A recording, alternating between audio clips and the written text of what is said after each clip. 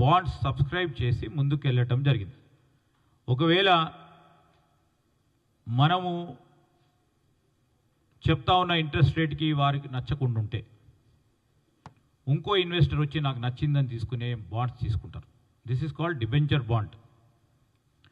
So ఆ క్రమంలో ఈరోజు తక్కువ రేట్ ఆఫ్ ఇంట్రెస్ట్తోని నిధులు సేకరించే ప్రయత్నం రాష్ట్ర ప్రజలకు సంబంధించిన సంక్షేమాన్ని అభివృద్ధి దృష్టిలో పెట్టుకొని చేయటం కూడా జరిగిందని చెప్తా ఉన్నాం.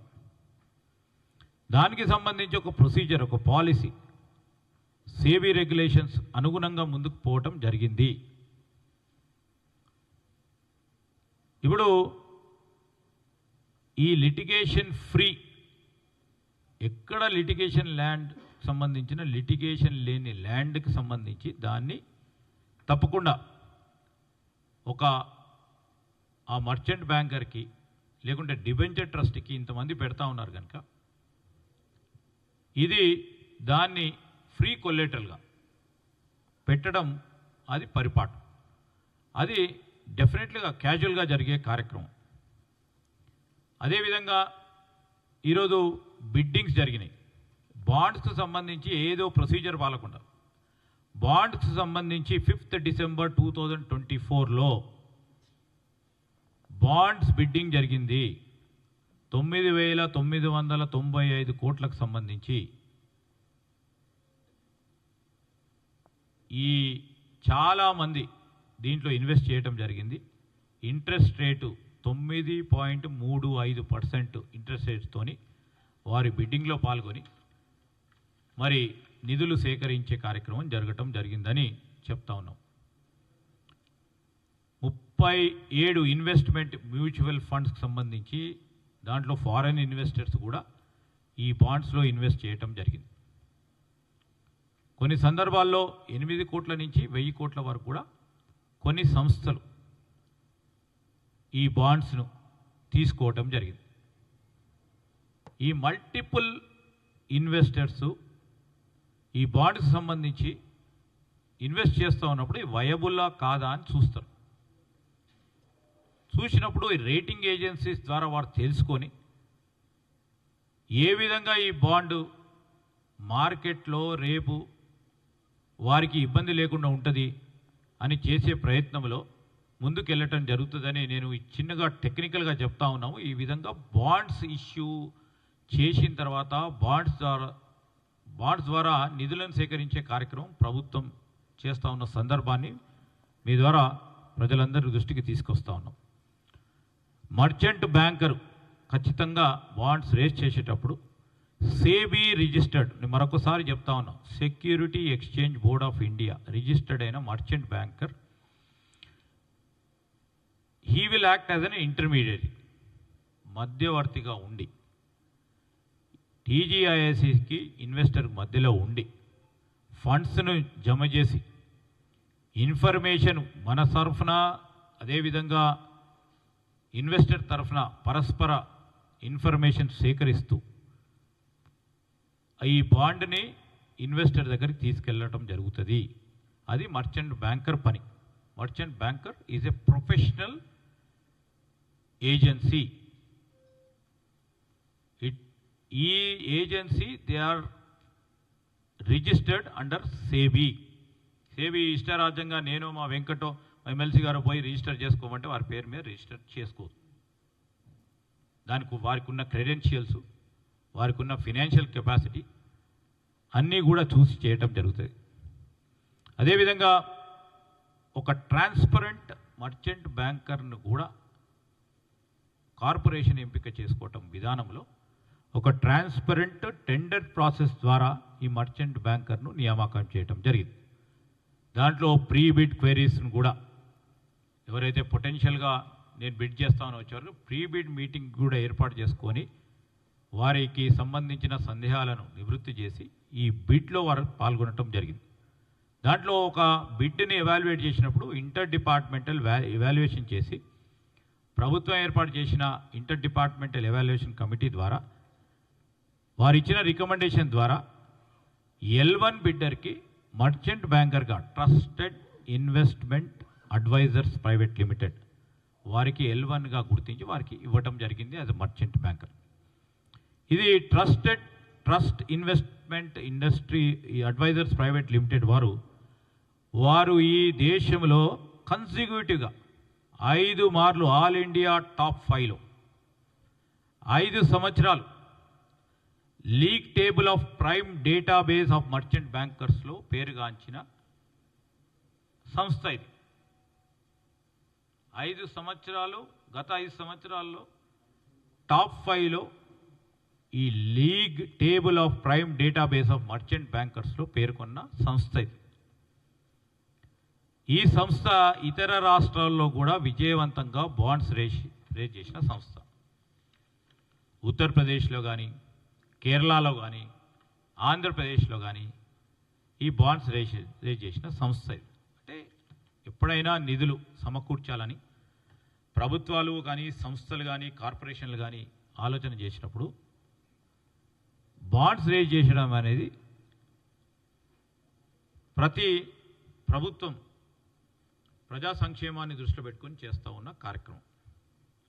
దేని గురించి ఉపయోగించారు చెప్తా ఉన్నారు. ఏదో 10,000 కోట్లు ఇటు పోయినాయి, అటు పోయినాయి, ఏదో పోయినాయి, ఒకటి పోయింది, ఇటు పోయింది, అటు పోయిందని చెప్పేవారికి మేము ఈరోజు చెప్తా ఉన్నాం. ప్రజలకు సంక్షేమానికి సంబంధించి, వారి అభివృద్ధికి సంబంధించి మేము తీసుకున్న ప్రతి రూపాయి, మా ప్రభుత్వం సేకరించిన ప్రతి రూపాయి ఈ బాండ్స్ ద్వారా ఎవరి గురించి తీసుకున్నాము? ప్రజా సంక్షేమం, రైతుల సంక్షేమానికి సంబంధించి, వెల్ఫేర్ స్కీమ్స్కి సంబంధించి సంక్షేమ పథకాల్లో ప్రధానంగా రైతు భరోసా, అదేవిధంగా రైతు రుణమాఫీకి సంబంధించిన ప్రతి రూపాయిని ఉపయోగించుకోవటం జరిగింది. నేను ఒక మాట వారిని అడగదలుచుకున్నాం. ఈరోజు బాండ్స్ ద్వారా ఇంట్రెస్ట్ మాకు 9.35% అయితే, వారు కాళేశ్వరం సంబంధించి బ్యాంకుల ద్వారా లోన్లు తీసుకున్నారు. ఎంతకి? 10.9%. ఎక్కడి నుంచి? REC, PFC, consortium of banks, bank of Baroda, union bank నుంచి 10.9%కు వారు తీసుకున్నారు.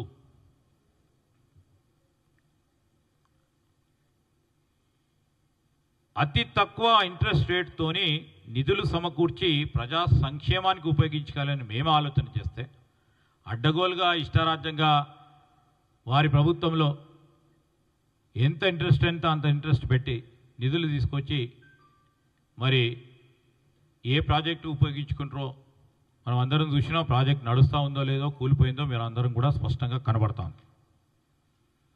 ఆ క్రమంలో కూడా ఈరోజు